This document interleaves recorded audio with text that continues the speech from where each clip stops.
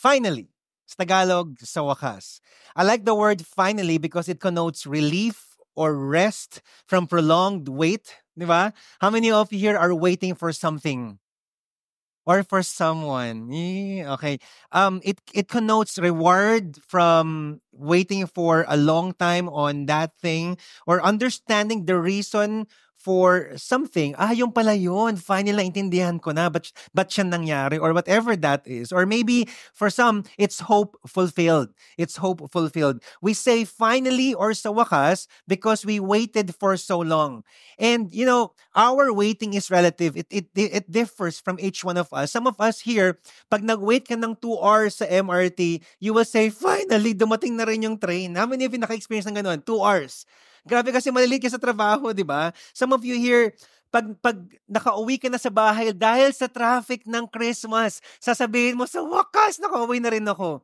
And some of you here might say, sa wakas, nag-propose ka din. Or maybe some of you here will say, sa wakas, finally, I have my own house and lot.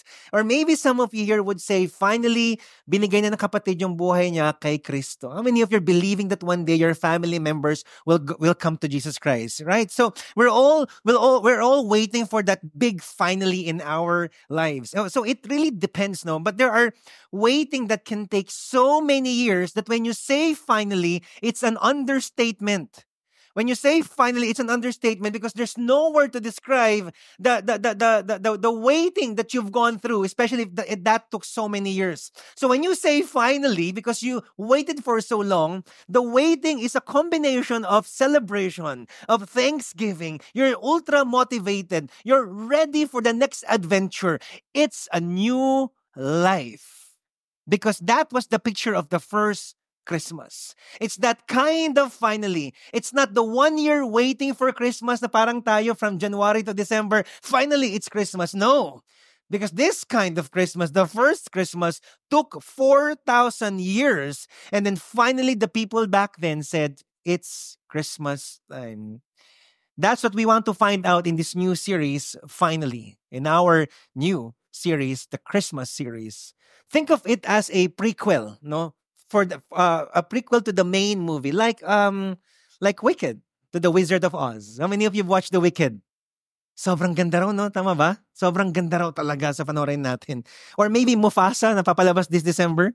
All right, fix your hair po. Okay, bakit? So, paki-ayos nga, Charmaine. All right. Hirap ng ganun, ha? Okay. Ang hirap nun. Or maybe Mufasa to Lion King. Or maybe if you're a Star Wars fan, Phantom Menace to the 1980 Star Wars. No? So this is a prequel to the Christmas story. So we are gonna dive deeper to the prequel of the story of the first Christmas. We are gonna look how it all happened from Abraham to David, and then on December 22 to Jesus Christ. It's history with power, because the Christmas history has a transformative power to our story today. The Christmas history has a transformative power to our story today. And the first story we're going to look at today is Abraham. Let's all stand as we read God's word to answer this question. Genesis chapter 22, verse 9 to 18. And how many of you here, you brought your Bibles with you? Raise your hands. Sa kayo magagay mga Bibles niyo? Or downloaded yung Bibles niyo? I hope you brought your Bibles. Next time, let's read the Bible together here.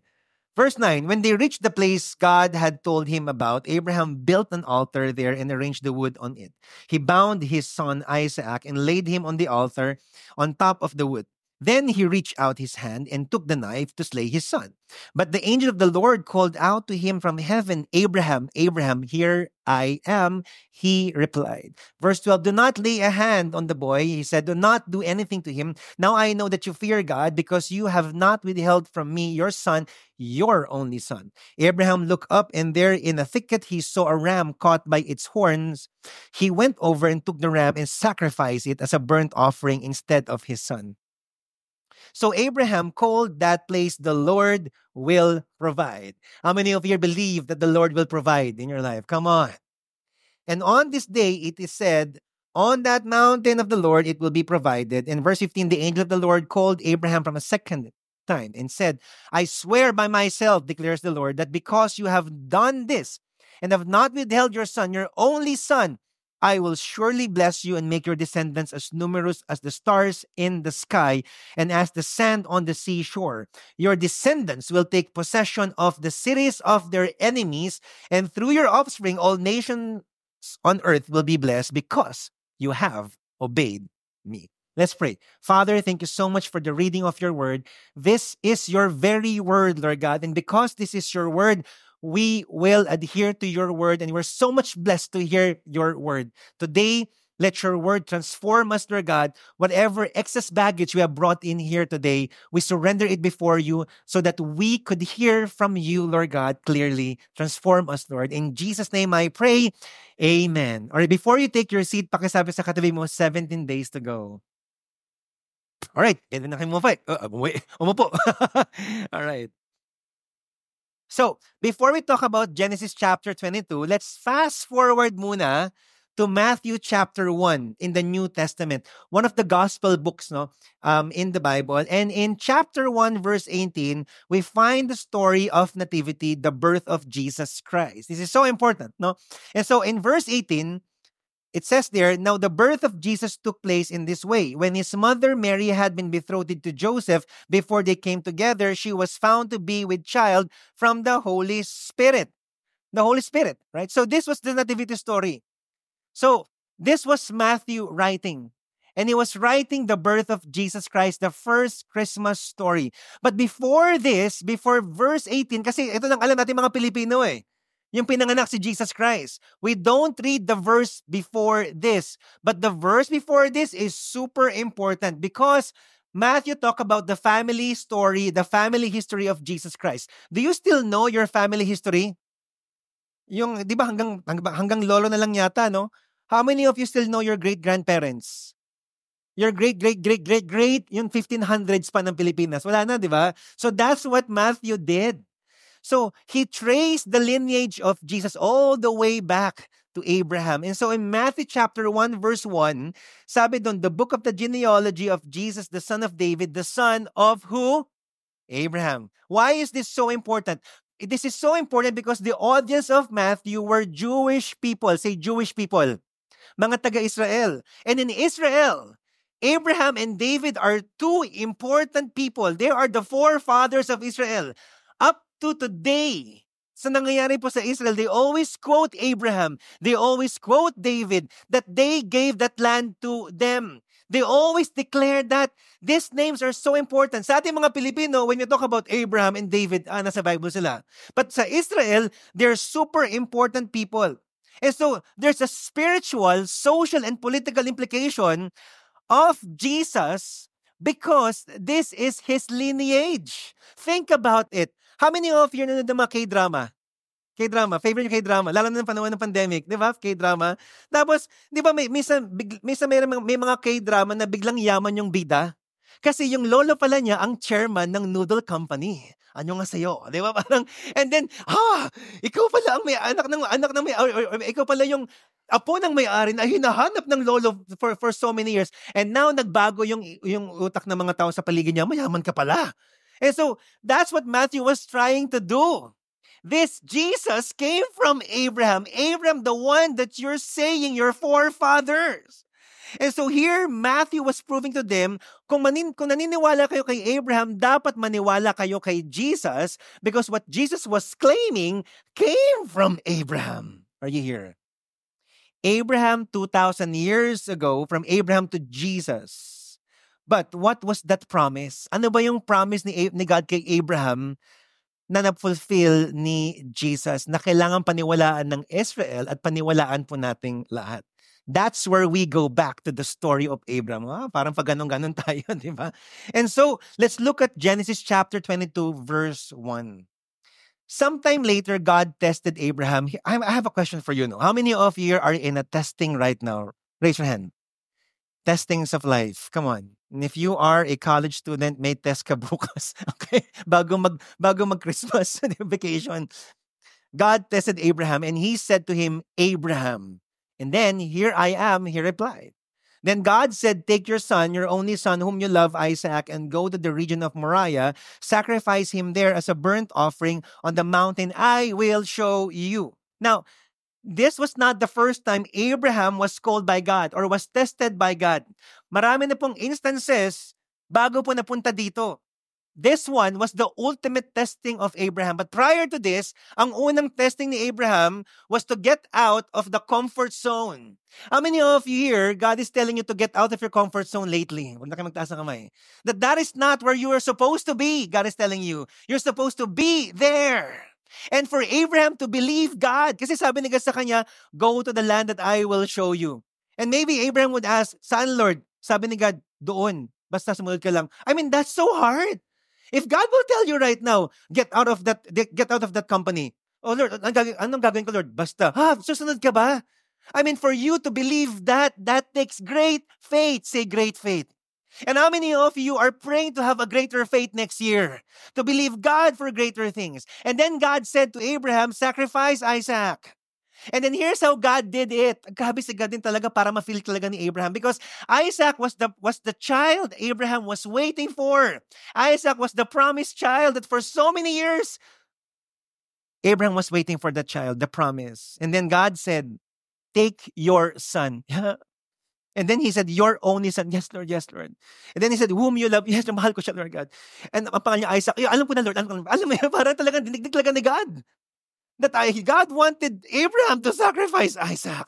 Grabe din talaga sila para ipa-feel talaga niya kay Abraham that you need to sacrifice this guy. It's like God telling you today, no? Yung trabaho mo, yes, Lord.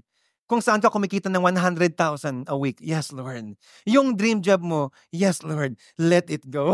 Di ba? Parang ganon. Yung girlfriend mo, huwag na pag-usapan ngayon dyan. Di ba? And Abraham said yes. He said yes. But there is something we can learn here. For Abraham to do that, that's great faith. And great faith only happens when we know God. And for you to have that kind of testing, you sacrifice your son? Ang hirap po noon in that time. Sacrificing sons are like a norm in that day. It's just normal to sacrifice sons. Totoo, sinusunog po talaga. And so for Abraham, but ganun si God, ang labo naman, Lord, I will not do that. No, he did not. He obeyed. And for someone to do that, may pinagdaanan na kay God dyan na malayang malayo. That kind of level faith is so high. And whatever you're going through right now, magkakaiba po tayo ng level. But one thing is for sure, God wants you to know Him more. Wouldn't that be great? That you will grow spiritually next year or this year. It was hard, but he trusted God. Isaac was the promised son. And I kept thinking, bakit sumunod si Abraham?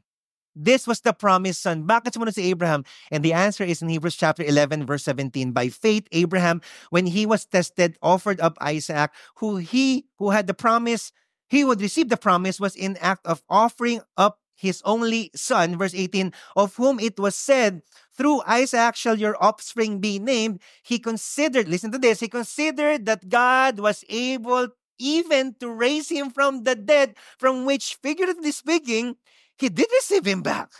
Ang galing.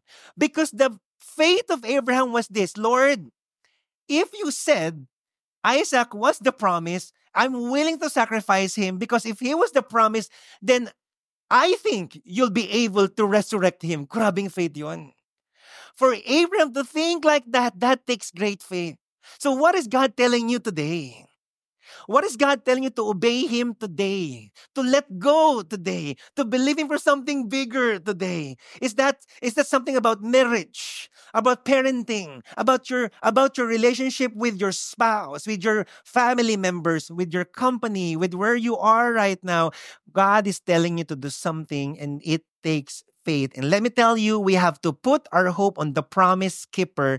All of His promises are in His word. Because how many of you believe that when God says something, He can fulfill it? Come on. He can fulfill it. And that's what Abraham did. I know, Lord God, that you can do this. Hindi ko alam kung paano mo gagawin to, Lord, pero I will believe, Lord God.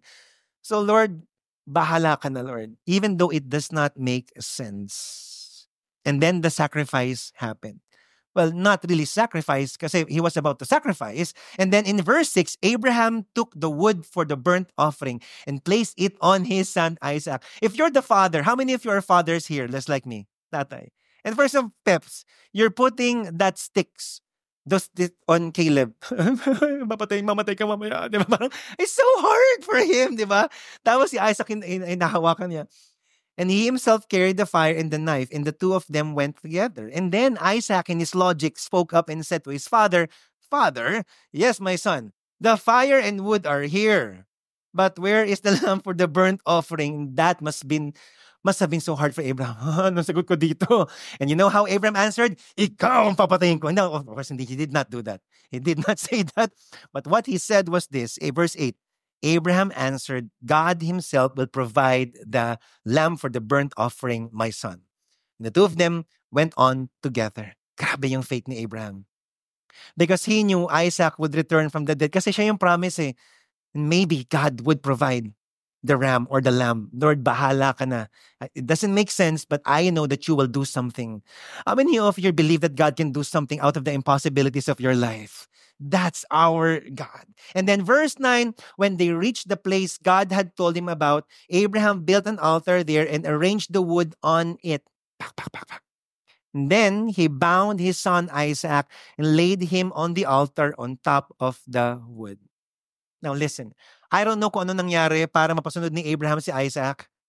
By the way, Isaac was around 20 years old when this thing happened, according to scholars. And if you are 20 years old, during that time, you are strong. Kaya mong gulpihin yung tatay mo. Ang tanda na ni Abraham eh. Ano, papatayin mo ko? But Isaac did not do that. Isaac obeyed. I mean, that just so weird. O sige, patayin mo na ako kasi itong sabi ni God. That's what happened. I don't know if God talked to Isaac, but Isaac trusted his father. And what happened next was this. God stopped it. God stopped it. And in a sense, because of Abraham's obedience and faith, Isaac was resurrected. And then in verse 15, God did something. God said something. He repeated his promise. Verse 15. The angel of the Lord called Abraham from heaven a second time in verse 16, and he said, I swear by myself, declares the Lord, that because you have done this and have not withheld your son, your only son, I will surely bless you and make your descendants as numerous as the stars in the sky and as the sand on the seashore. Your descendants will take possessions of the cities of their enemies, and through your offspring, all nations on earth will be blessed because you have obeyed me. How many of you here you want to be blessed today? Come on. This promise is called the Abrahamic covenant. It's a theological truth that we Christians believed. That this is a truth that God bless Abraham. Because we are in Christ, we are part of that covenant. Mind you, this was not the first time Abraham received the promise.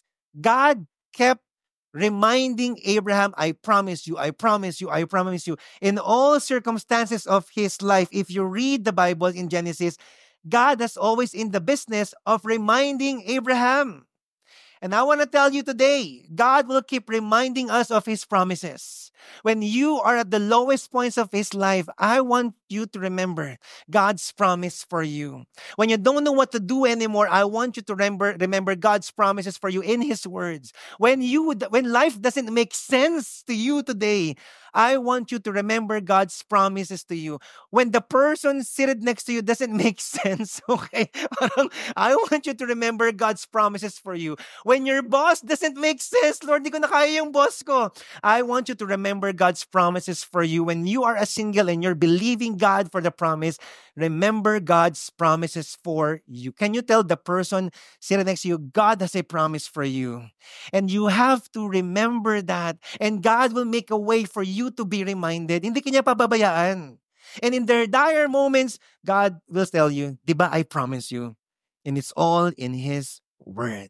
And then what happened next? Eto na. Because he obeyed God's promise, I will bless you and your descendants will be blessed and your descendants will be a blessing to many nations. Now what happened next is his history. Now how many of you love history? Raise your hands. So, konti lang talaga. Okay? Sige, okay lang yan. Di ba? Because Abraham saw a partial fulfillment of the promise.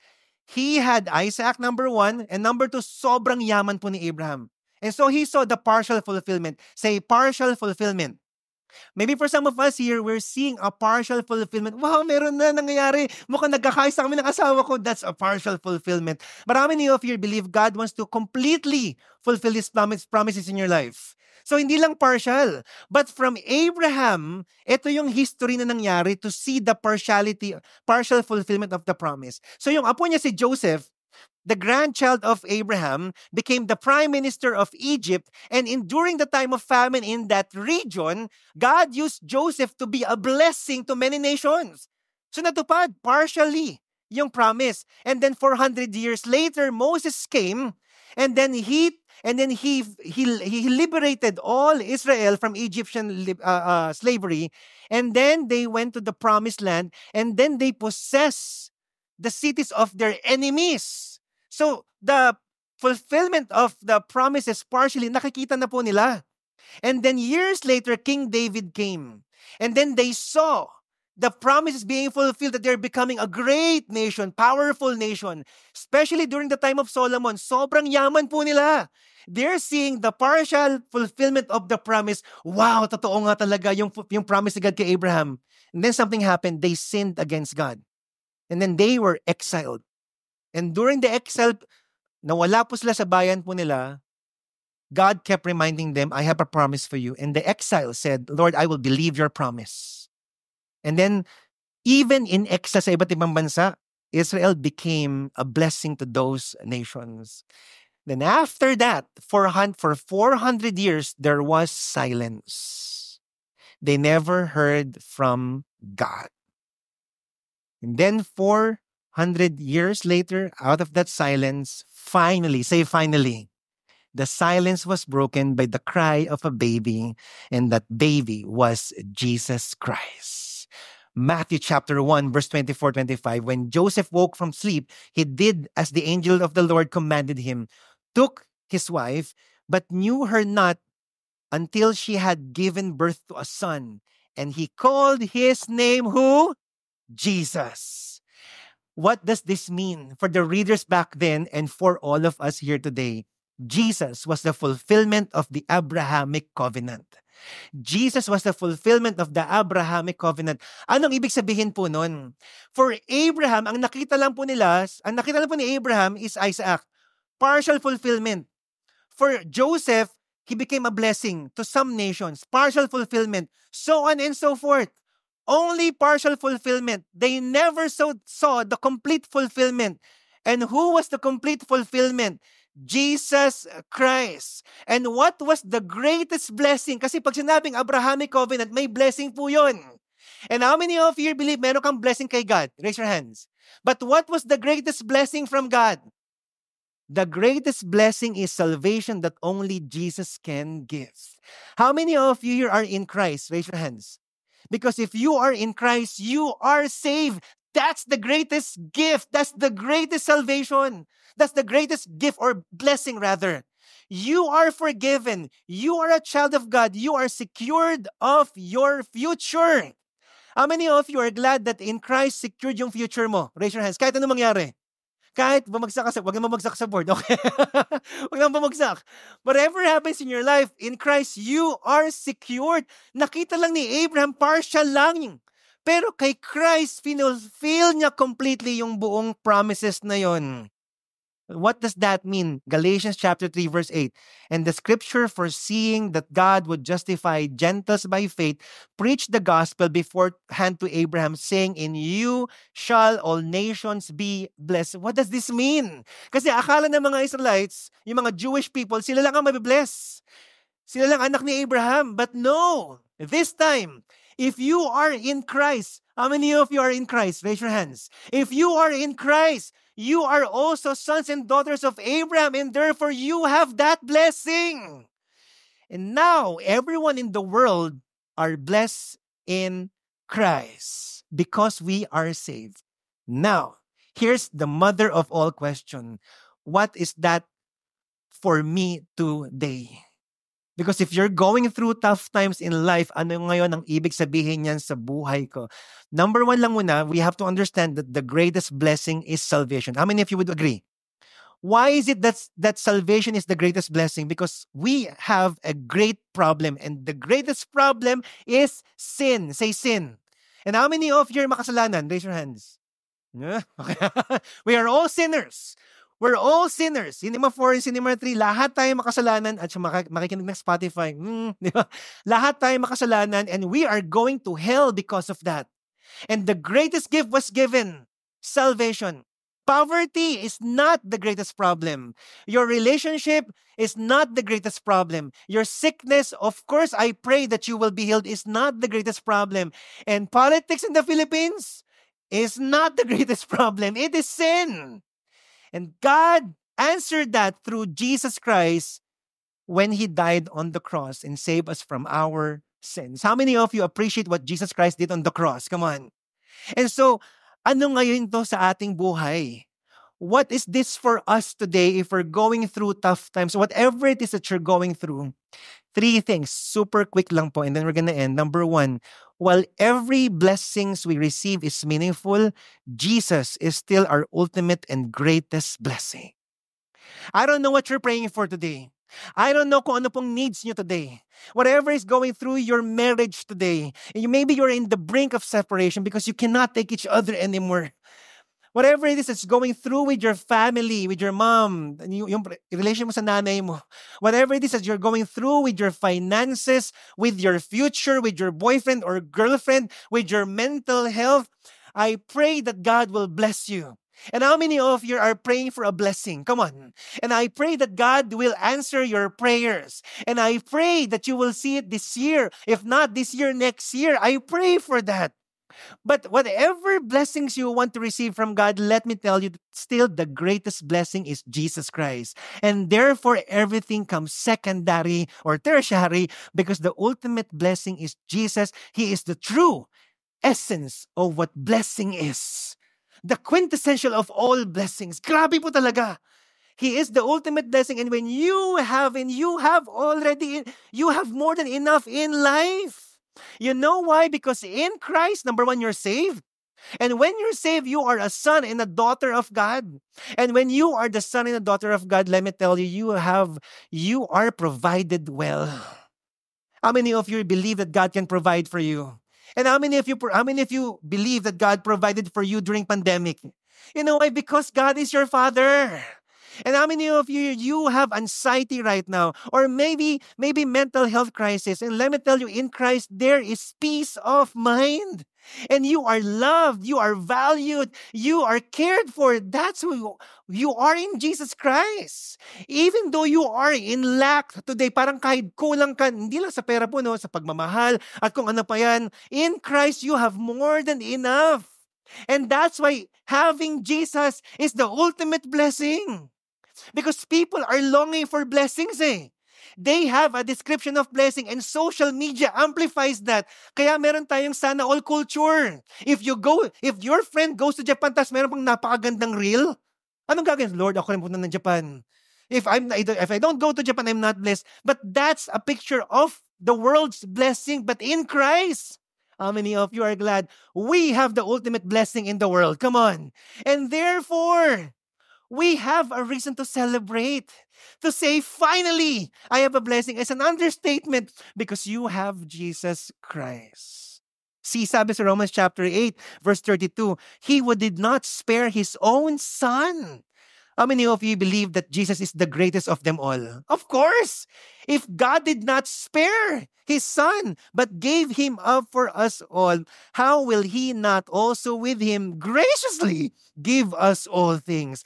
Kung binigay niya si Jesus yung the best na talaga, wala nang papantay kay Jesus, paano ba pinagpipray mo? And how many of you believe na walang imposible kay God? Kayang-kaya ni God yan. And maybe you have your own version, but how many of you here believe that God has a better version? Come on. And that's why, if you have Jesus Christ, you have more than enough. Can you tell the person, sit next to you, tell that person, you have more than enough in Christ? Come on. You have more than enough. And really, how many of you are praying for a 13-month pay? Meron ba kayo? Ubus na. Ubus na. Okay. Or 14th month pay. Okay. 16th month pay. Okay. We're all believing for some blessings in life.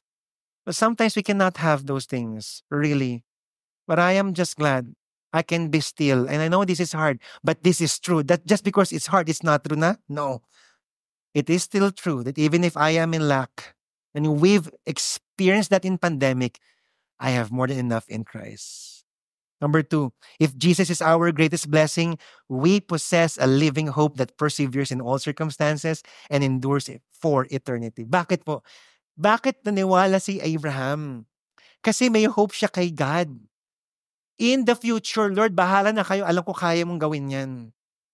But in Christ, the hope is not something we long for the future. The hope is a living hope. We have a living hope in us, with us, 24/7, and that is Jesus Christ. And sometimes you feel like you're in the edge of your seat. It feels like your story is about to end kasi parang magka-crash na yung buhay mo. But I want to preach to you today, your life doesn't have to end today. Your life doesn't end here. Why? Because when you have Jesus Christ, you will always have a living hope. And it's not something in the future. It's something that you're living today. And Jesus is telling you, anak, you come to me. And I am your answer. You come to me, and I am your answer. And even though it's not the version of your answer, I have the best answer for you. Some of you here, you've been victimized. You've felt injustice. You've felt the hurts from other people. But I want to tell you today, if Jesus is your living hope, how many of you believe that He is also our justice? Come on. And how many of you maybe nanakawan ka dati, nabiktima ka dati, nawala na lahat sa'yo. But in Christ, if you have more than enough, we know. I don't know how Jesus will do that, but God will do that. God will bring it back to you even way better nung nawalan ka. He is our living hope. How many of you here are glad that we have a living hope? Come on, whatever happens, you know you have something to hold on to. And lastly, as I end, because we have received the greatest blessing in Christ, this is what I want to tell you. We are meant to share that blessing to others. Pakisabi nga sa kadami, super blessed ka. Come on. And therefore, you are a blessing to others. Bakit? Because the Abrahamic covenant is this. Your descendants will be a blessing to other nations. We have to go back to the Abrahamic covenant kasi akala lang natin tayo lang mabibless. Akala lang Israel, sila lang mabibless. But all those who are in Christ, Israelites, tsaka Gentiles, lahat po tayo mga Gentiles kasi non-Israel po tayo. Therefore, we are already blessed, and therefore, the promise is this, magiging blessing po tayo sa maraming tao. And sabi sa Matthew chapter 5, in the same way, let your light shine. How many of you merong katabi nagniningning ngayon? Kailangan magningning. Okay? O ikaw yung nagniningning. Anyway, bahala kayo sa buhay nyo. Okay? So, before others so that they may see your good works, say good works, and give glory to your Father who is in heaven. See, we always pray for blessing. Lord God, bless me, bless me, bless me. But we are already blessed. Now, I don't want to dismiss what's happening in your life. That's valid. But if you have Jesus Christ, then you can say, Lord, I am blessed. Then you can be a blessing to your classmates. And if you are a student here, a teenager, be a blessing to your parents. Maghugas ka ng pinggan. Really? Huwag ka na magantay. Ay, nag-antay pa kami kapatid. Sino kaya sa atin? Mag-unahan na kayo. Ako yung maghugas niyan. Be a blessing. And if you are a husband here, nanonood yung asawa ko sa Cinema 3. Okay? Let's be a blessing to our wives. Hello! Ayan, nag-guess na si Irish. Okay. Sabi sa Bible husbands, love your wives as Christ loved the church. How did Jesus love the church? He died for the church. Kung ikaw pa yung pabigat, ano yun? Hindi pwedeng ganun. Ay, sorry kung nag-review ako dito, Christmas season to. Pero that's the truth. Let's be a blessing to, kasi akala kasi natin kailangan sa mahihirap. Of course, let's be a blessing to the poor. Pero doon tayo mauna sa pinakamalapit sa buhay natin. maging blessing tayo sa pamilya natin. And if you're the wife, we love you. Ang hirap magsalita, but be a blessing to your husband. It's both. It goes both ways. If you are a working person here, be a blessing to your boss. And please, if you're the boss, mabigyan naman kayo ng 20th month pay. Woo! Andiyan yung mga staff ko, nakikinig silang lahat. In Jesus' name. Kaya naman ni God yun. Si God mag-bless sa inyo. Okay. Be a blessing because that's the Abrahamic covenant, and in Christ we are already blessed. Let's be a blessing to many people. Why don't we give to the poor this Christmas? And not just this Christmas. We always pray, God bless me. But why don't we pray today, God bless mo ko para maging blessing sa ibang tao? And listen, I pray that you guys will become millionaires. Come on, how many of you believe that God can make you a millionaire? But not because we want to become a millionaire lang, but just so we could be a blessing to many people and in this country. Let's pray that we'll be a blessing every single day. And so, asayan, what blessing or gifts are you believing God for this Christmas? Really? Ask yourself this question. What really is the blessing that you're praying to God for this Christmas? Is it healing? Is it restoration of marriage or friendship? Is it spiritual growth? Lord, ayoko na magkasala. Paulit-ulit na lang ako, Lord, sa kasalanan. Is it increased faith in God? Is it direction in life? Lord, give me a purpose. Pagod na ako, Lord God. Parang stuck na ako dito.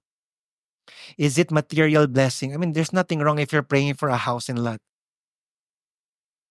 Is it better mental health? Is it the salvation of your family members? I want to tell you, we all need answers to our prayers. But some of us may have to wait like Abraham and hope like Abraham. Trust like Abraham. Obey like Abraham, even when life doesn't make sense.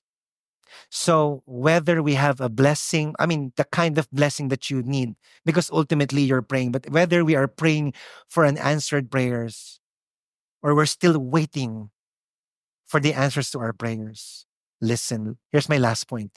Christmas holds true meaning because Christ is the ultimate gift of our lives.